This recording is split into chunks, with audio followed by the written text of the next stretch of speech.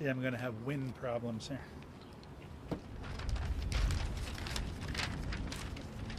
Don't you have the authority to make it stop? No, I don't. Oh. Well, that answers one question. So, first of all, I want to thank you for coming out today and giving me the opportunity to provide an update to the community with respect to the COVID-19 response.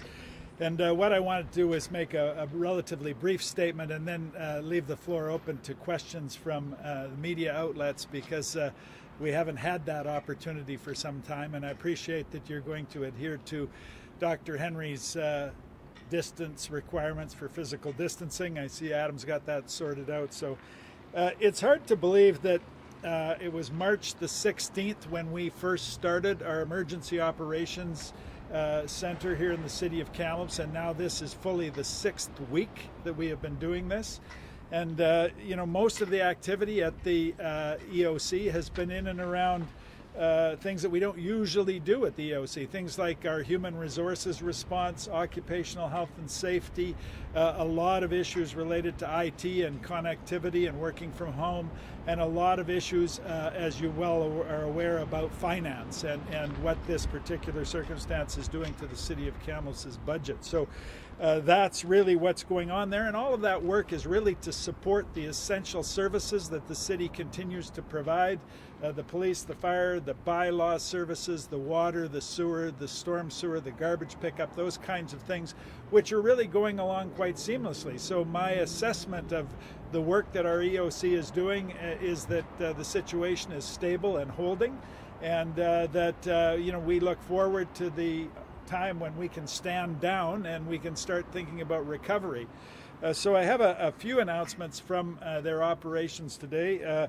We continue to work with the issues related to vulnerable and street populations. We are working with BC Housing on that front, and we have a 5-point plan that we are going to release to the media later this week in conjunction with BC Housing, that talks about those populations, and in particular how difficult it is for people that don't have a home to you know, operate with these kinds of restrictions that we have, and some of the issues related to overcrowding in shelters and those kinds of things. We have no current plans to reopen any of our sports fields to regular sporting events. You know, they are open for issues related to families that want to go out and shag flies or do what you do out there, but we don't see a return to, we have minor baseball, soccer, those kinds of events that we would usually have at this point in time, until we see some reprieve from the provincial health officer. We have, as we issued a news release earlier this morning, canceled the scheduled student visit from Uji City to Kamloops, which is certainly a highlight of our summer and something that we really look forward to. And we spent a fair bit of time yesterday looking over our budget, and I just want to spend a bit of time going over some of those things with you, if I can manage the sanitizer as well as the budget. So yesterday, Kathy Humphrey and her team, our Chief Financial Officer, presented a comprehensive report to City Council. And those of you that watch that online will recall that we are estimating between a 6.2 and a $12 million deficit, depending on how long the response to COVID-19 goes on. And so that has required us to look for those kinds of savings within our operations here at the City of Kamloops. Much of that, $1.3 million, will come from layoffs and staff that we're not hiring, vacancies that we're not filling. We have got a lot of travel costs and training things that have been canceled. We are looking at some utility savings as we don't operate pools and arenas and those kinds of things. We save on BC hydro costs as well as natural gas costs. And then there are a number of events which sadly have had to be canceled, but they are in fact helping the bottom line in terms of everything from music in the park through to just the events that normally we would be scheduled and hosting this time of the year. We have also some cuts in our recreation programming area for obvious reasons, because those can't operate anymore. So in total, we're seeing about $4 million in terms of savings internally within our operations. The next area that Council looked at and drilled into was issues of a number of the capital projects that are funded by two sources primarily, the gaming grants and the community works funds. So gaming grants, as you would know, come from people that play in casinos that we host here in the city of Kamloops, and those are obviously closed, and we are anticipating their reopening, but to the extent that they reopen and the volume that they come back with is a bit of a mystery. So Ms. Humphrey and her staff have given the best guess as to what those impacts might be and have suggested some numbers. The other community works funds are essentially gas tax, and as you know, the people aren't traveling and they're not buying fuel to the extent that they were. Now, whether or not that translates into a cut in the community works grants from the federal government, we don't know, but we feel it's prudent for us to take a look at those and see where there is an opportunity for us to make some cuts. With that in mind, Council had some tough decisions, and as we talked as a Council yesterday, these decisions are all at a great expense. There's people who have a great deal of political capital invested in a lot of these projects, and we all had to see some of the things that we really believe in and really want done kind of deferred. So that list is long, and you have a copy of that, but certainly some of the gaming fund projects, the MacArthur Island improvements, issues related to the old courthouse and the renovations of that beautiful facility, some of the improvements we were intending to do at the museum, those kinds of things have been deferred, and that would be deferral coming from the gaming funds. From community works, it's everything big and small. Small things like the pickleball expansions that meant so much to the pickleball club and to citizens of Kamloops, but also some of our active transportation improvements that we were going to do, a lot of issues related to crosswalks and crosswalk safety, which are important to schools and populations, and some of the road safety improvements that we were doing in conjunction with the ICBC. We do have some other tax-funded projects that have been deferred. Some of those are park and trail connections, and some of the issues related to infrastructure improvements that are of a minor nature. On a more positive note, there's some projects we're going to go ahead with, and those include the Canada Games pool, and there was a lot of discussion at Council about whether or not we can capitalize on the fact that this facility is closed and get that work done, or the risks associated with starting a major $13 million improvement project during a time when there is uncertainty in terms of supply and labor. So that was a debate we had. We're going to continue with some of our major road improvement projects, and these have been ones that you have canvassed before, and the opportunity when we have reduced traffic volumes, I think, will pay some dividends. We just must be sure that we can, once we open a road network, that we're going to be able to complete that. So we are asking our civic operations personnel, Jen Fretz in particular, our city engineer, as well as Darren Crundwell, who works in our capital improvements area, to make sure that these estimates are accurate and make sure that we have all of the component parts that we need to fix what's ever under the road before we dig the road up. And that's an assurance that they're working on with all of the vendors and the contractors that we engage with regularly. And then we finally came to the issue of reserves. And well, we did put in place a bylaw that would allow us a emergency borrowing of $15 million. It's the advice of our finance department to use reserves sparingly because we have to pay that money back. And so that really just pushes this problem forward towards a a 2021 solution or a 2022 solution that's going to mean a very high tax increase. Right now, we managed to keep the taxes down to about 2.3% in terms of an increase. And as was said yesterday in council, we encourage those members of the community that can afford to pay their taxes to do so. This issue of deferral isn't a tax-free holiday. We have to pay the employees that are providing the services that you rely on in this community, and we can only do that with an orderly payment of what is $73 million worth of residential property tax that we get in this community. So that was yesterday. There is some good news. We have today decided to reopen Hillside Stadium. I believe the hours are somewhere between 8:30 and 1:30, and that will be for monitored use in the Hillside Stadium area, so that we will have people, we call them park ambassadors now, that are looking after the skate park and the bike ranch and some of those facilities where we have seen overcrowding, to monitor that facility. And I just wanted to end with the notion of share some good. On our City of Kamloops, kamloops.ca /COVID-19 section, there's an opportunity there for people in the community to share some good over this circumstance. And as we look at Volunteer Appreciation Week, today would have been the day we were normally getting together for a barbecue on the plaza of the Sandman Center with hundreds of volunteers that continuously serve our city.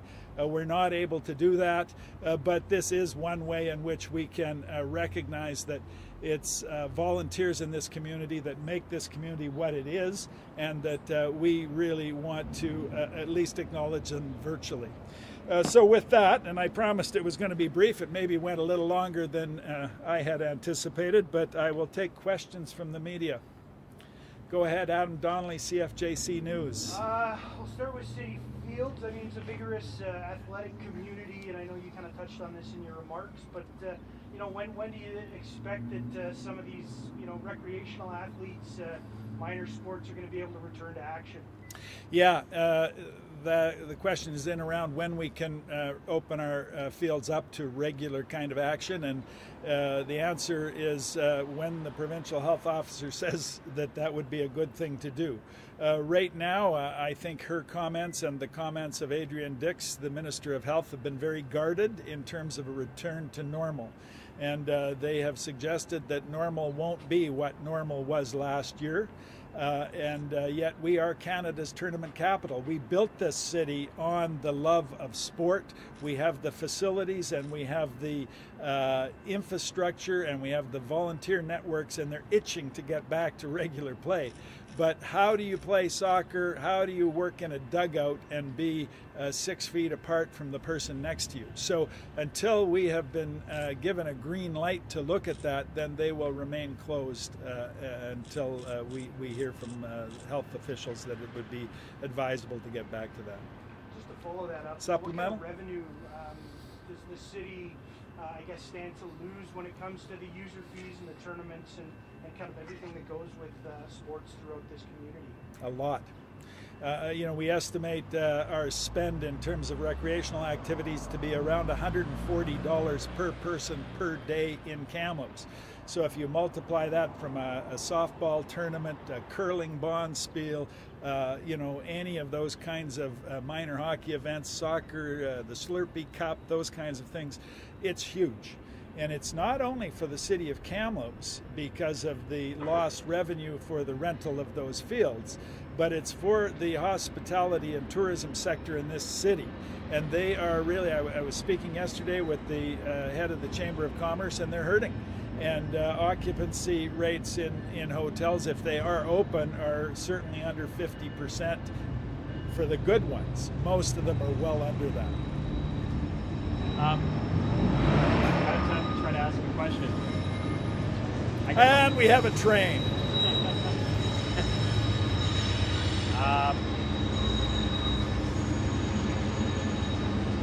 Whatever, I guess I'll just go. You know, obviously there was discussion about capital projects there that the city can control whether going ahead or not. There was discussion in council yesterday about potentially putting off the Canada Games pool. That'll go ahead, and every other major project that the city can control will go ahead. In terms of projects that are out of the city's control, such as Trans Mountain, of course, they've pushed back the shovels in the ground date until June here in Kamloops. How much is the city depending on that project to happen in terms of economic activity that it stands to bring to the city this summer? Yeah, the question from Colton Davies of Stingray Radio is about projects, and in particular the Trans Mountain project, and how that might reflect in the recovery in the city of Kamloops. First of all, Trans Mountain, I was down there the other day. I had to make a trip to the landfill. It's the only thing that's open. And I was looking, they have about 100 employees currently working in Kamloops. So they are surveying, they are moving pipe, they're still going on. What they have decided to defer is the river crossing project, which would be down by the airport, and my latest communication with them is that that would probably start up sometime in September. But it will be critical to the economic recovery in this community, and it will be critical to our utility tax base, because once that asset is complete, it will be taxed as an asset, and that goes into our utility funding, and that in fact helps residential taxpayers in this community. So it's part of what I would see as a recovery strategy. And it has to be done safely, and as and when they are comfortable that they can do that, then that's when it will happen. Remembering that we are continuing with a number of major construction projects in the city. The Ellis Dawn project at Royal Inland Hospital being the biggest one, but the project at Valley View Secondary School is well underway, and those are continuing to add to the local economy in terms of employees and subtrades that they're using in the community, as well as the building permit fees that we generate. Brendan, go ahead. I was going to say Kamloops matters, but I think it's the Okanagan matters now. Castanet Kamloops. Go ahead.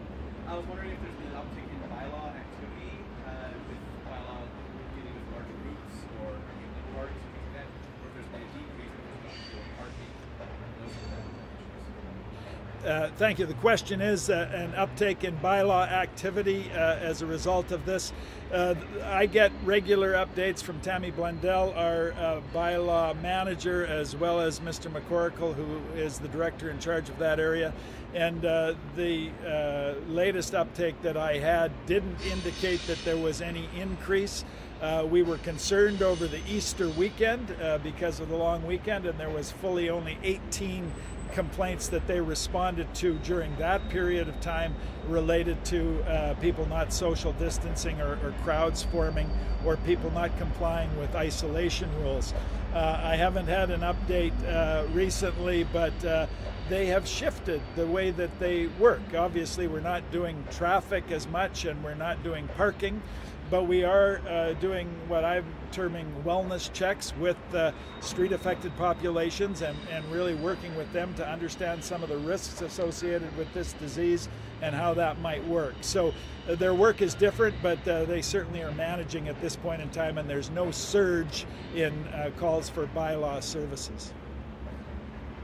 Kamloops this week.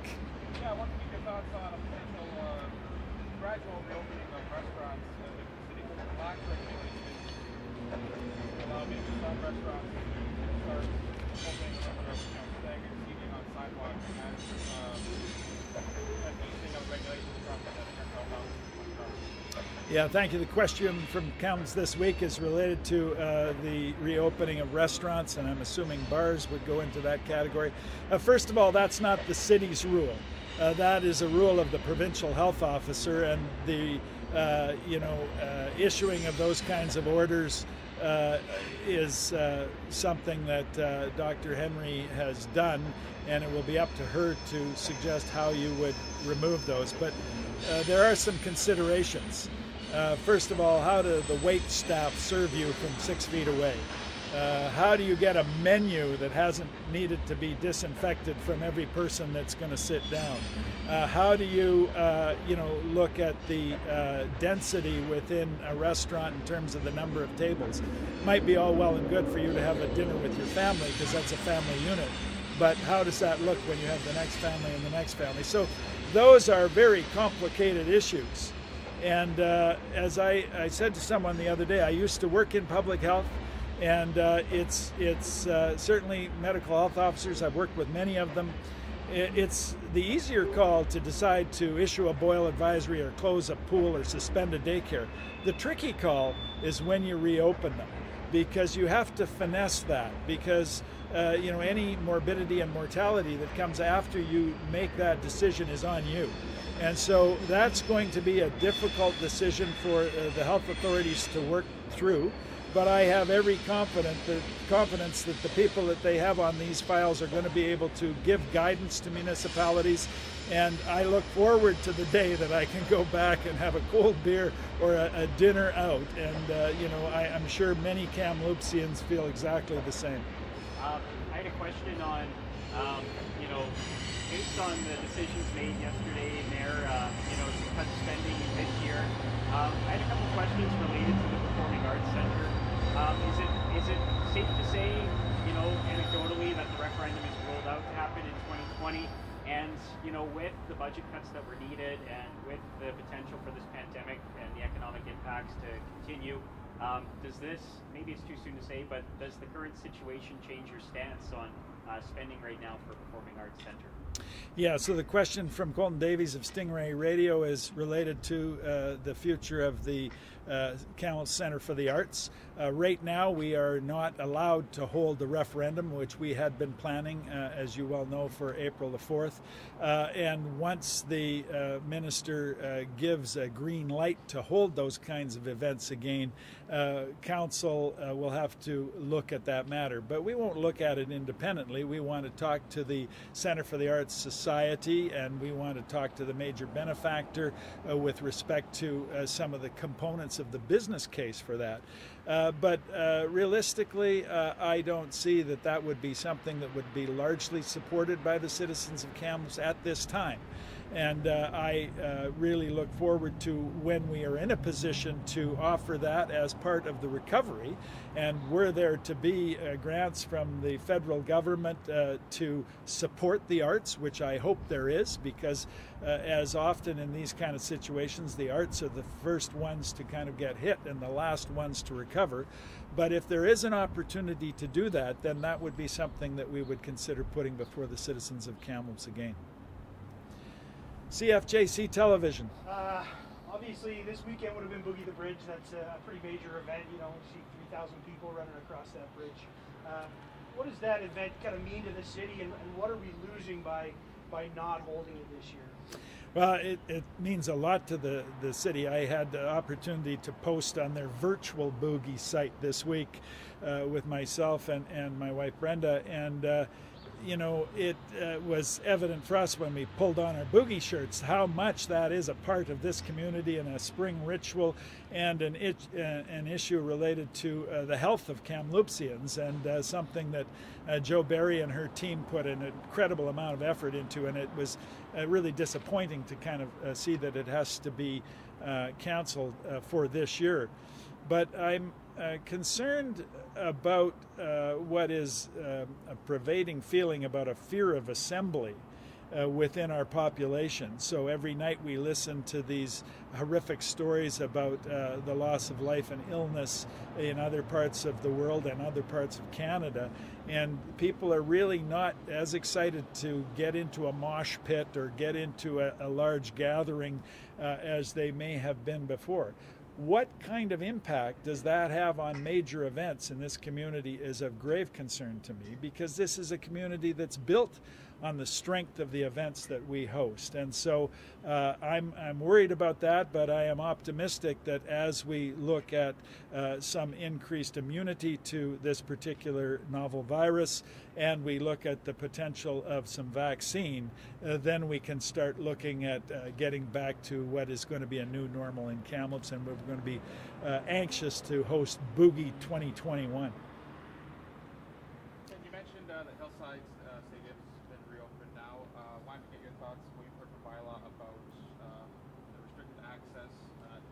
park on Carroll Island, how that's been received, and also we can maybe expand on why you decided to open up Hillside.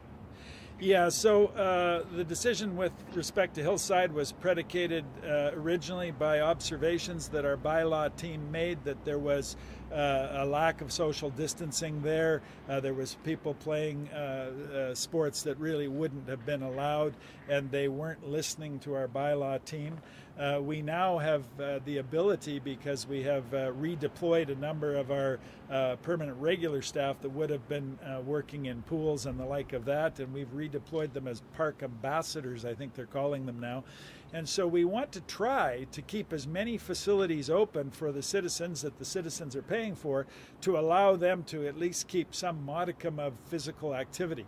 So the decision was made by the EOC to look at that, and they would have a park ambassador there. It's a closed facility, so you can limit the number of people that you would allow onto it, and you could observe what they were doing out there. And a lot of people in this community use that facility for personal training, for events that are of a very high caliber. And so we want to be able to see that that would be able to continue limited time under supervision. Ken, I know the last one. Follow up over here. Just as a follow-up to that about city facilities, what's the likelihood and what are the conversations around the city potentially looking at opening up Sandman or the TCC to, say, the homeless population, or if that's not needed to, as a kind of a COVID or non-COVID medical facility? Thank you. Yeah, and I'm interested that Vancouver Trade and Convention Center has been converted, but at this point in time, the Interior Health Authority seems to be able to manage the volumes of COVID cases within their existing facilities, and they haven't asked for us to do that. We are looking at certainly the potential to have the Sandman Center in particular as an emergency evacuation center in the event of a forest fire. We are also cognizant of the risks that facility is in, subject to the potential of flooding. So that really is a day-by-day kind of decision, but at this point in time there are no plans for the Sandman Center or TCC to be redeployed as part of the COVID-19 response.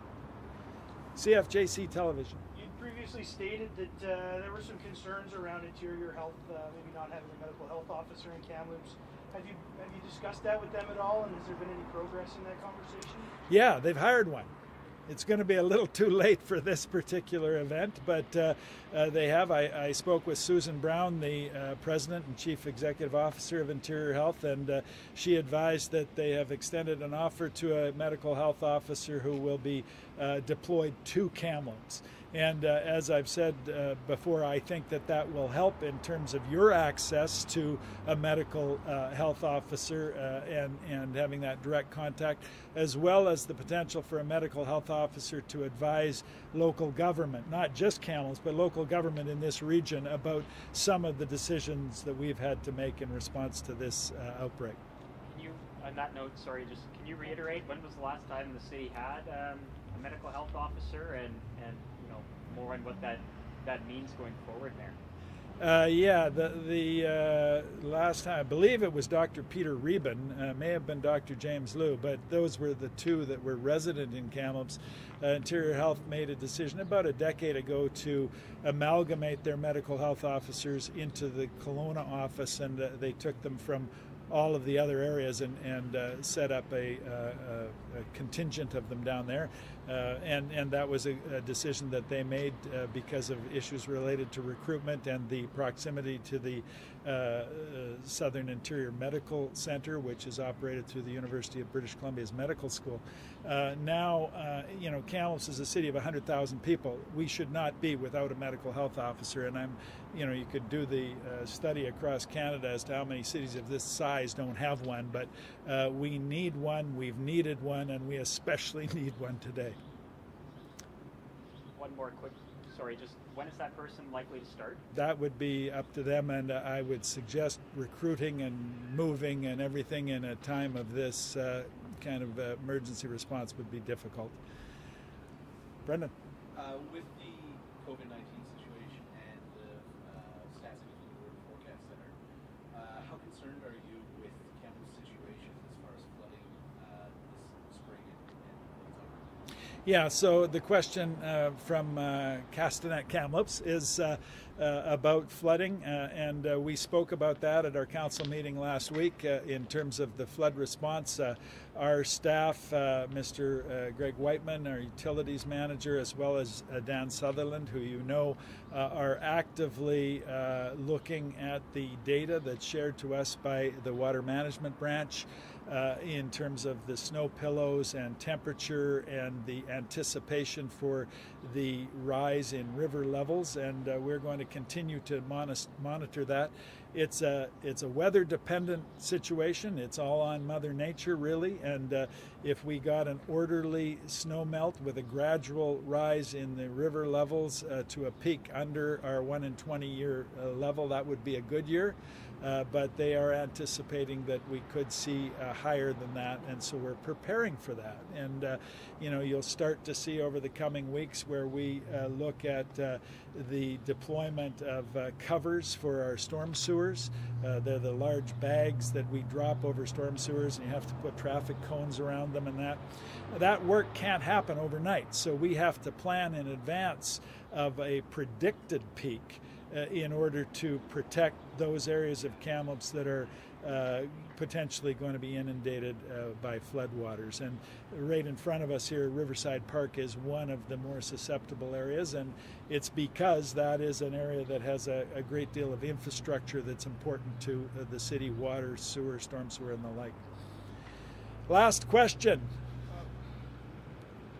When you last met here, you mentioned that you had spoken to Susan Brown from my age. She mentioned that everything was fine.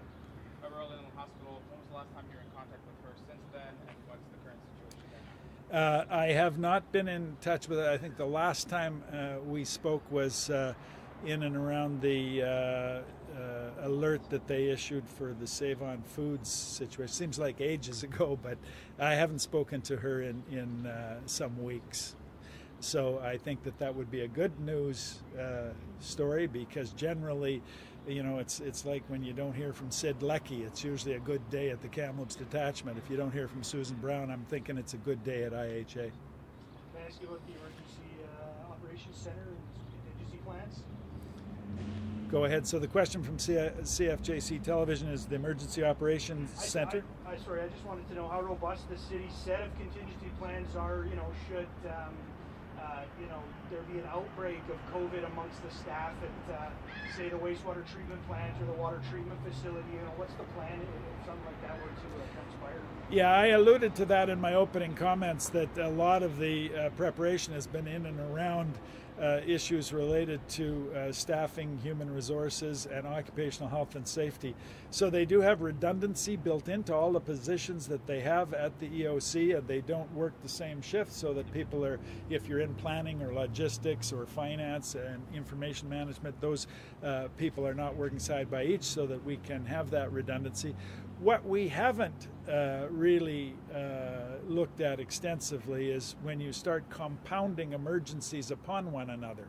And so the circumstance that we currently deal with the COVID-19, and in particular issues related to the physical distancing requirements, were not something that we envisioned when we did our flood response plan or urban interface fire plan. So we have to look at those, and the management of the EOC tells me that they're able to separate, so that they could separate a COVID response area to a flood response area to potentially even a fire response area if necessary. That facility is where it is because it is big. It's located within our civic operations building, and it occupies a whole floor, and so they have that capacity to expand and contract as the circumstance might warrant.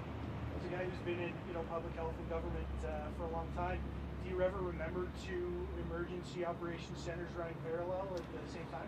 No, I don't, and I've mentioned this before. Generally, you plan in and around a response, and you think of all of the contingencies respecting that response, but you don't really overlap them. And plan for the worst and hope for the best is kind of what they do. But the one thing I'll leave you with is that I have every confidence, as does council, in terms of the staff that we have at the City of Kamloops and their ability to manage these things. And where we can, we have been offering some of our expertise to to Kamloops, to Secwepemc, and to other municipalities in terms of the expertise that we have on board here in Kamloops. And they're our partners. They're part of the Thompson-Nicola Regional District, and we have to work through this thing together. So the next time I talk to you, I hope to be talking to you about a recovery plan. So with that, I want to again thank you for the coverage that you're providing in this response, and your ability to come here today. It just is easier for me to catch all of you at once than having continuous phone calls all afternoon about yesterday. So thank you very much, and thanks to our communications department for organizing it. And I will leave you now. Thanks, Mr. Mayor. No problem. Standing ovation.